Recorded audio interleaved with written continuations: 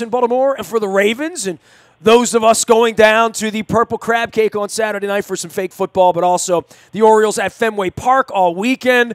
The Orioles kept Luke Jones at Oriole Park at Camden Yards well into the sunset hour for sort of a late getaway weird game. And, you know, Luke, I talked to my wife about this. I'm like, why are they playing a 3:30 game on a getaway? And then I'm like, oh, yeah, because it's 12:30 on the West Coast, and the A's don't want their games on at 9:30 in the morning on a Wednesday. But certainly the game lingered longer, and I mean, if you're going to sum a game up that would keep them in contention, and they are, and they're going to Boston this weekend with the season sort of teetering and, sort of running out of gas to some degree, and the game meant nothing to the A's, right, like literally, and yet there was this street fight going on into the night, and the Orioles prevailed, which sort of kind of keeps their season alive, which is where they are right now, sort of flopping around to 3 games under 500.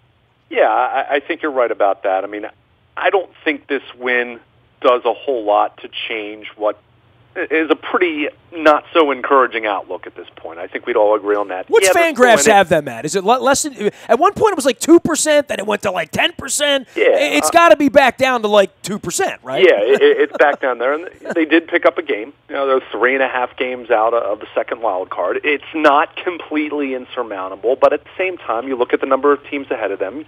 You just look at how their profile. I mean, they just haven't been consistent. They haven't won consecutive games since the beginning of the month. This was their first series win since the beginning of the month. But to their credit, Zach Britton blows the save, ends his incredible streak of 60 in a row. I mean, just absolutely historic. One of the most amazing things I've seen here covering Baltimore sports. And they squandered a 6-1 lead. I mean, the bullpen melts down.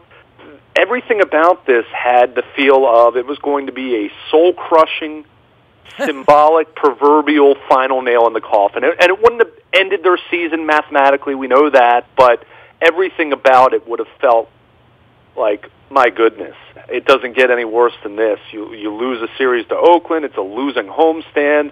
You fail to win another series. And lo and behold, Manny Machado, and give a tip of the cap to Miguel Castro for what he did, but Manny Machado begins the homestand with a walk-off grand slam.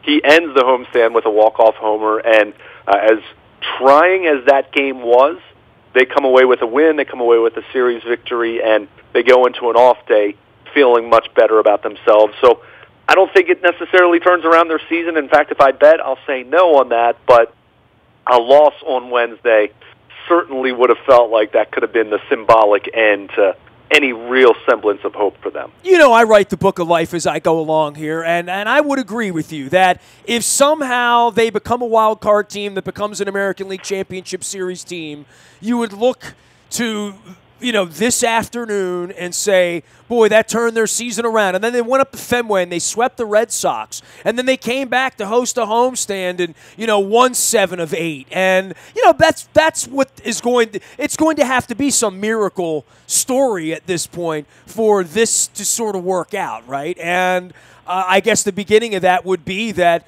Britton would blow a save. And to your point, we've seen a lot of stuff around here, right? I mean, Flacco's postseason run, the way the defense played. I guess there have been some hitting streaks, by the by. There have been some Cal Ripken streaks, which I don't think anything's ever going to top that for the sheer number of years and the assets put into that and how many years we talked about it. But the Britton thing, that'll never happen again, right? I mean, literally, that's almost DiMaggio-ish, kind of, sort of, right? I totally agree, and I mean, it's not as amazing as DiMaggio, but it's incredible. Yeah, they're not going to build a statue for this, but it is, it's not going to happen again, period, right? And I think part of it, the luster was lost a little bit because he missed most of the first half with an injury, which, I mean, that's not his fault. I mean, he got hurt. Yeah, he didn't blow the save and then get injured. But, 60 save conversions in a row. And let's remember here, I mean, yes, Zach Britton gets his fair share of strikeouts. He's been a guy that's been a strikeout per inning over the last couple years for the most part. But when you consider being a ground ball pitcher and just knowing what we know, I mean, now we have ways to quantify it with batting average and balls in play, where ground balls are sometimes they find holes, and you have 4 infielders, and you can shift as much as you want, but balls are going to find holes sometimes in terms of just infield play and a guy who is inducing a lot of contact on the ground. So for him to do that 60 times in a row successfully, I mean, it's just absolutely remarkable.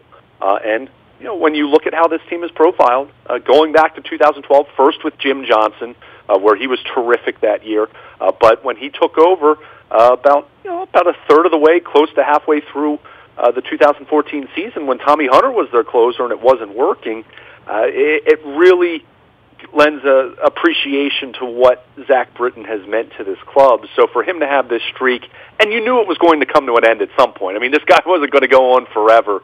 He was going to blow a save. There was never going to be an ideal time for it. At the very least, was good to see the Orioles able to save him for once. And it was just, one of the most remarkable things I've seen watching this over the last 2 years. The part that makes you nervous, he's going to have an MRI on his knee. It's an issue that he's initially suffered back in 2014. I don't know if it's a cartilage thing or something along those lines. Doesn't seem to think it's something overly major or anything like that, but it's bothered him the last couple of weeks, and that's why we've seen Buck Showalter shy away from him a little bit. So it's probably why we saw most of Major League Baseball shy away from him back on July 31st. I mean, the Indians were in play, the Dodgers, the Cubs were rumored, but, no one was ready to give up a king's ransom for a pitcher that they were a little unsure about him physically, right? I mean, that's just the bottom line and one of the reasons he didn't get traded. Yeah, and I don't know how much knowledge those teams might have had about his knee, but certainly the forearm was the thing that a lot of teams had to be nervous about, and rightfully so.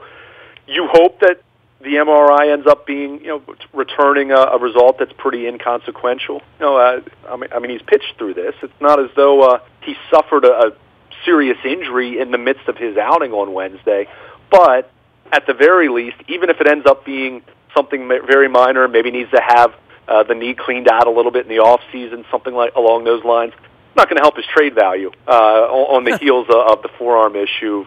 So yeah, it's like Chris Tillman's trade value all of a sudden, would have been pretty good a year or two ago. Now, I mean, value's crazy and arms are crazy, and giving up, your top minor leaguers, anything that we would really want back.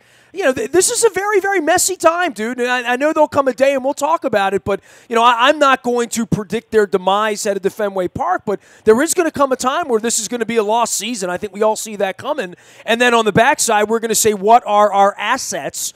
And you better hope Machado, who clearly has, we never thought his value was low. Let's be square about that, other than the injuries with the knees a couple of years ago. Right. And just the fact that he's not very well liked, and that he has, even this week, shown himself to not be the most mature of individuals in all circumstances. Cal Ripken wouldn't have been showing up John Scope twice on the way back to the dugout. That wouldn't have happened. I mean, it just wouldn't have. I don't think that was a big deal. No, I don't either, but I think that there is, Machado's value is back to, hey, man, we can really deal him in the offseason now. Sure. Look at these walk-off home runs. Look at his health. Look at the way he hit the ball and all. Look at the way he responded, after the trading.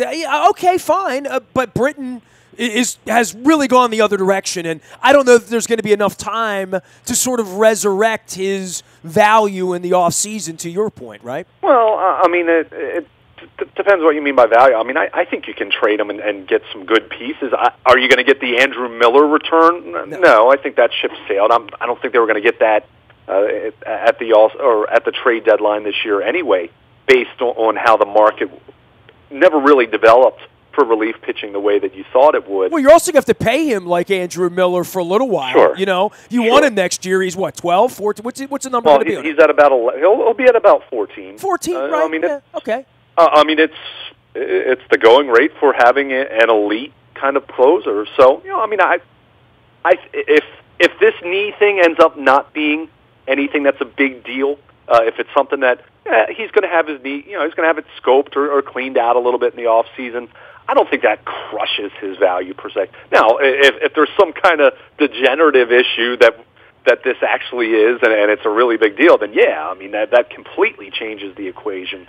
But, assuming the knee's a minor thing, I think his forearm's fine. I mean, it's not as though, even on Wednesday when he blows the save, it's not as though he's not throwing hard. Okay, so riddle me this, okay, General Manager Luke Jones. If you own the Orioles, if you own mythical Major League Team X, do you feel confident next year that you're going to send Zach Britton to the hill 60 to 80 times in a season or whatever, 50 to 70 times, whatever the number, when you want him in the ninth inning, when you have a 4-2 lead, you think he's going to go to post and save 42 games next year and pitch to a 1-9 or a 2-4, blow 3 save, whatever that is, are you confident that you're going to deal a top prospect and another 2 kids this offseason and pay him $14 million if you're the Dodgers, Cubs, Red Sox, pick any team you want? Are you all in on Zach Britton next year, you personally, right now? Tell me how my postseason goes. I mean, seriously, tell me how my postseason goes. Is my bullpen... no, you need him. You need a closer. I mean, you're that team out if there you're that team that's a closer away. I'm rolling the dice on that. Yeah. Okay, fair enough. I mean, I'm not giving up the best prospect in baseball. I mean, Zach Britton's not getting you the number 1 prospect in baseball. But if I have to give up a couple real prospects, and I feel he's the last piece, and he pitches the last 5 weeks of the season and looks like Zach Britton, and converts. I don't know, 9 of 10 saves or whatever the rest of the way. I mean, I'm feeling okay. I'm having the funniest thought, so I just got to throw this in because I'm thinking to myself, you're like, depends on how my bullpen goes. Here's what, dude, I promise you this. You and I will get together at the winter meetings or, before then, Thanksgiving, and there will be 7 really, really pissed off teams that lost in the playoffs. Right. 4 of them will lose because of their bullpen. Like, no matter what, right? I mean, sure. So right off the bat, you will have suitors out there because only one team's going to feel good about their bullpen in the end. And if it's the Dodgers, it's probably going to be because they felt good about their starting pitching. If it's the Red Sox, it's probably going to be because they felt good about their starting, because in the end, having 3 starters that can really pitch in October is how you survive till Halloween. But I would agree, there will be teams out there that need an arm, maybe not a closer. I mean, look at the Nationals. I mean, They've been desperate for however long as long as we've been desperate for secondary, right? A year and a running game. They've been desperate for a closer, and we're still their franchise is still teetering with Caps fever that. They'll get there, and Dusty will get him through a series or whatever, and then they're going to break your heart. The Dodgers or somebody are going to come in and hit the ball in the 7th, 8th, and 9th inning off of them late, and crush them. Although the interesting thing on the Nats, their bullpen's been lights out since they've made those moves, interestingly enough. And they didn't need your Zach Britton. We don't need your stinking there. Your overall point is well taken. And that's what you have to do, though. As a general manager, you need to be ready to pounce and take advantage of another team's need, another team's want, another team's strong, irrational desire sometimes. I mean, it's Chris Davis, that sort of thing. Right. I mean, but that's the game. I mean, especially when you're trying to move someone. I mean, the Orioles don't. They're not going to have a gun to their head forced to trade Zach Britton, but at the same time, when you look at where this team's going to be, I don't think a $14 million closer is. No, dude, they think they can win next year. Come on, man. I mean, I'm not kidding you. I mean, there's no way we're going to April 1st and Machado's not in the lineup in my mind. Oh, there's no way. So if you got Machado around, why are you giving your closer away? I mean, if you General Manager Luke, you think he's good for 42 saves, and you think he's going to make it to post next year, because and you think you've done this before, because you traded Jim Johnson back at the end of 2013, and you can find another closer. Now, I'm not saying that one of the guys they have right now is going to go 47 for 47 like Zach Britton did last year, but you cannot view a closer as an untouchable. I mean, I don't care who it is. I mean, Mariano Rivera, probably the exception. Trevor Hoffman in his prime. Okay, fine. But otherwise, I mean, that is not such an important asset on your club that you feel that should be untouchable. I mean, I remember talking to you last December. I thought it was negligent of the organization not to pursue a trade for Zach Britton at that point, just knowing he was going to be making more money, and there was 2 years of control, and thinking that they could have gotten an Andrew Miller kind of return for him at that point. And This organization has never been good at dealing is for might be's. Like, yeah, I mean, the old man's merry. I mean, literally, when you got to walk into the old man and he says, "I'm trading this for who? Some kid is pitching at Cedar Rapids." Yeah. It just. It doesn't equate to the ownership here, and I don't know that it really equates to what Buck and Dan are trying to do, which is no one's going to be more desperate to win next year than them. I mean, they don't want to come out of this thing with some 72-win stinker next year because Adam Jones breaks down and, Bundy blows his arm out in June of next year, and they had no recon this year. I mean, I think those guys will be the first one in with the old man saying, let's not deal Britton, if they really believe that he is what you believe he is, which is sort of kind of what he's been, what he was last year. That they're coming back to.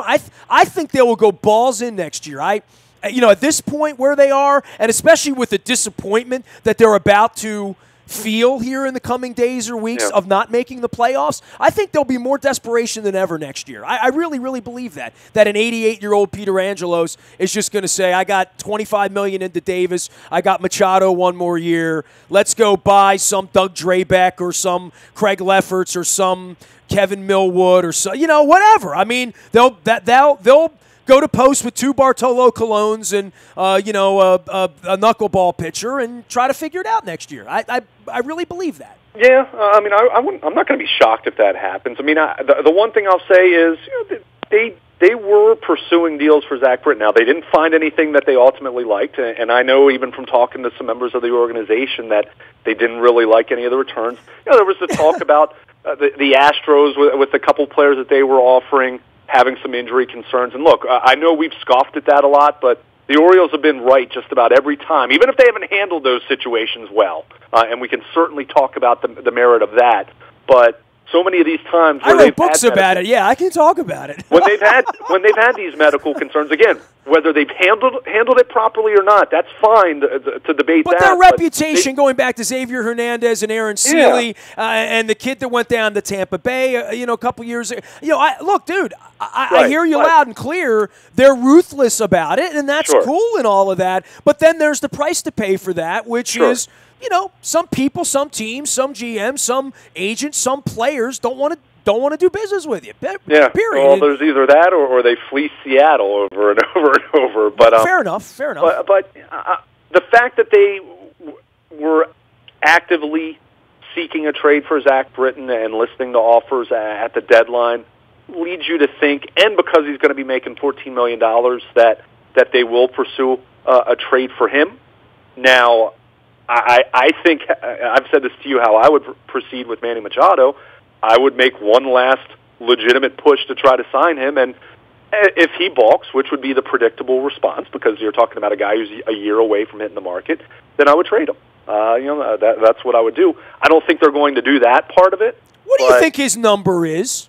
If the Orioles came out publicly and said, we offered Machado $225 million, that's more than enough for Machado. I'm just borrowing exactly what he said about Mike Messina at $72 million when Messina got $88 million, $88.5 million.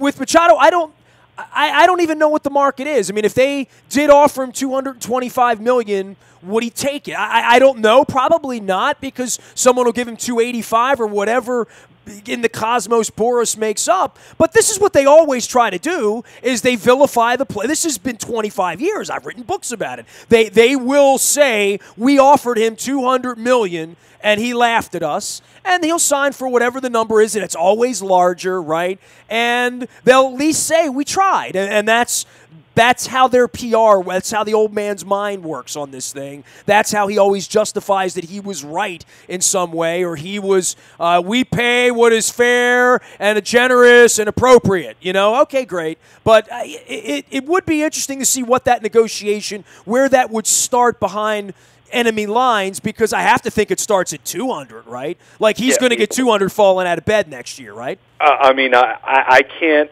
and when you have a player like this, and keep in mind, this is such a rare instance when you're going to potentially have him and Bryce Harper hitting the free agency next year. I mean, you're talking about 26-year-old players here.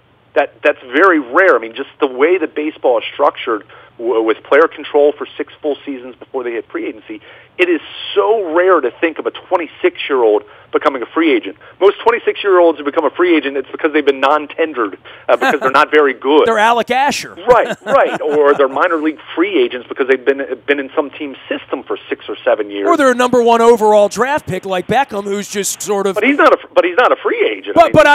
He's that age of he's just a guy we can give away at the deadline for a couple of prospects. Sure. So trying to really pinpoint what the number is, because I think it's not incredibly unique from where Alex Rodriguez was when he signed with the Texas Rangers for 10 years, $250 million. The opt-out clauses really change this from a standpoint of it ends up looking like a lot of phony money, even though it's really not, because all the risk, all the commitment is on the club's side of this.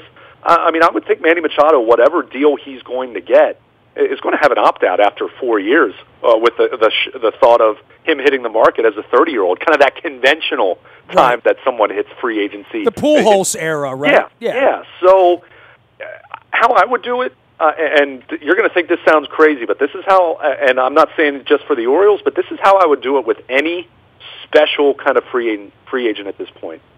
We always see these 8 to 10 year deals, and we've seen virtually all of them end up being a loser the second half of the deal. You pay market value for the player's first 5 or 6 years. It's great. And then the final 4 or 5 years are a complete disaster. And the L.A. Angels can tell you that with Albert Pujols right now. He is not a good player anymore. He hits a few home runs. That's all he does at this point. Well, that's where Chris Davis is. And that's where Chris 15 Davis months is into this trending at a very alarming rate. So my point is, rather than paying market value for a player for 8 to 10 years and them, in many cases, wanting an opt-out anyway, you know what I would do? I would overpay. I would give such an over-the-top offer for 4 or 5 years with the thought of, I would rather overpay for their prime years and knowing I'm going to get a good return, even if I'm overpaying for it slightly, rather than paying market value for 10 years and I'm going to end up being really disappointed for the final 4 or 5 years of that deal. The problem happens when the Phillies and the Cubs and the Dodgers all get into it, and each one of them is trying to show their bat to be a little larger, and their opportunity to be a little greater. And look, this is where we were with Messina as well, that part of this is money, and part of this is this place is screwed up around here, and I need to go play someplace where I can win every year, not someplace where we're trying to make this work with Chris Tillman when his arm's falling off. Right. I wanting to win, especially for a kid like Machado, who got a little taste of it pretty early. He came into 20 years old. Yeah, he came into you and me out there in Kansas City after you and I sat here for 20 years watching this organization flop around, and he's playing in ALCS games and, swinging at bad pitches. You know what I mean? And thinking, I'm going to be here every year. No, you're not, kid. That's what Ripken thought in '83 too. Sure. You never take it for granted. Keep in mind, he was hurt that year.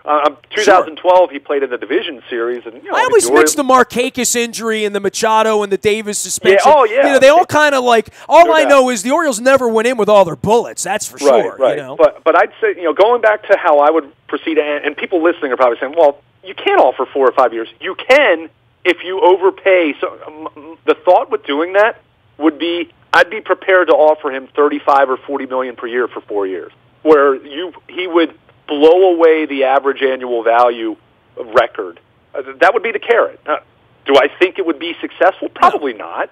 But that's how I would proceed if I were the Orioles. Because somebody will give him 8 at 32, right? Yeah. It's literally. That's what's going to happen. But the thought is, he's probably, the thought is he's going to be thinking about wanting to opt out anyway after 4 years. And it's like, okay, well, unless you're really that concerned that you're going to flop or have a serious injury, you'd be making more money over those hypothetical 4 years before you'd want to opt out in a long-term deal anyway. So why not take the more upfront money out of it? It'd be not terribly different from football, where you just give someone an insane signing bonus.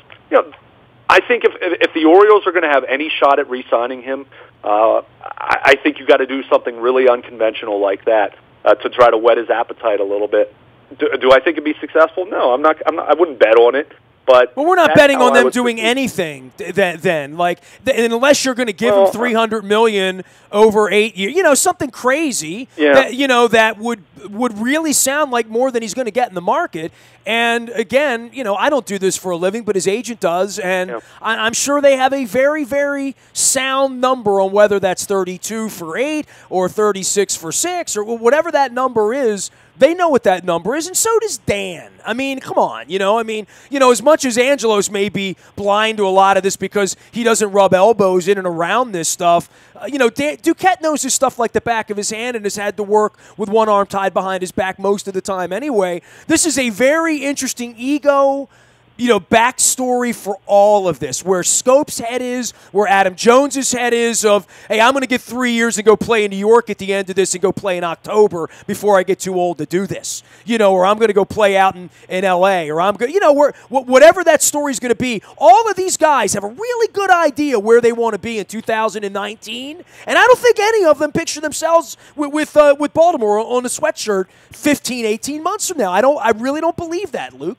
I think they haven't been so mercenary because they've all been in it together, but given an opportunity to be mercenary, they're not all going to stay in it together. That's for sure. Well, they're certainly not going to keep everybody, but at the same time, now we can certainly debate how wise it's been. This team has kept a lot of its own the last few years, and I think we need to recognize that. Now, does that translate to giving Manny Machado $300 million?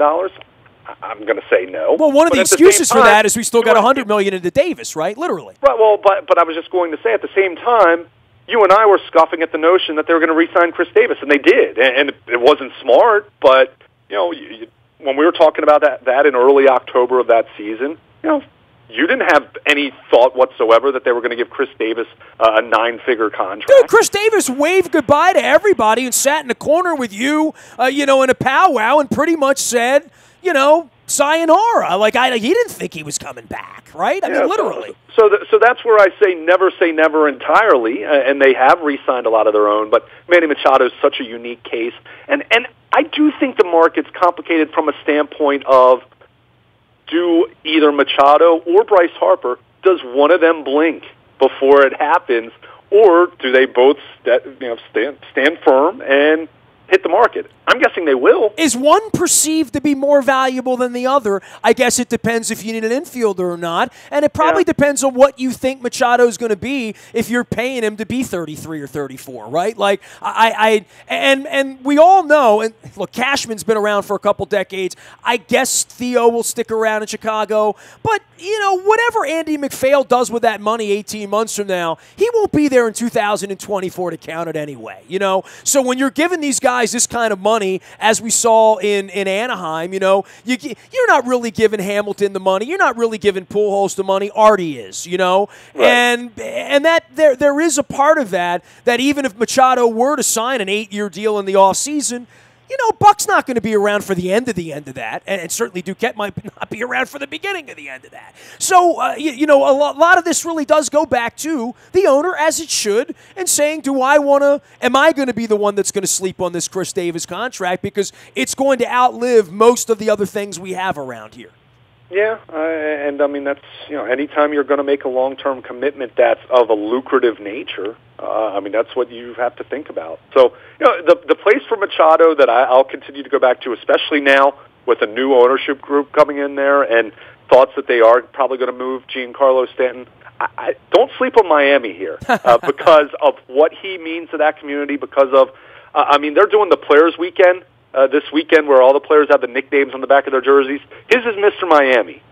So let that marinate. Hello. I would not, and that's not a diss the ball. Hey, good for him if he wants to go down there and put a franchise on his shoulders, because that's the exact opposite of saying, you know what, I'm going to go play in Boston or New York or L.A. or Chicago or someplace where every March I report for duty knowing we got 80 games in the bag, and then unless we just tank it all in, I'm at least going to get, 5 at-bats in October, right? Like, literally, right? Yeah, and don't get me wrong. I don't think he's taking any kind of discount to go there, but but if that team, with a new ownership group, and assuming they move Stanton and some other contracts that they have, they've got some young players.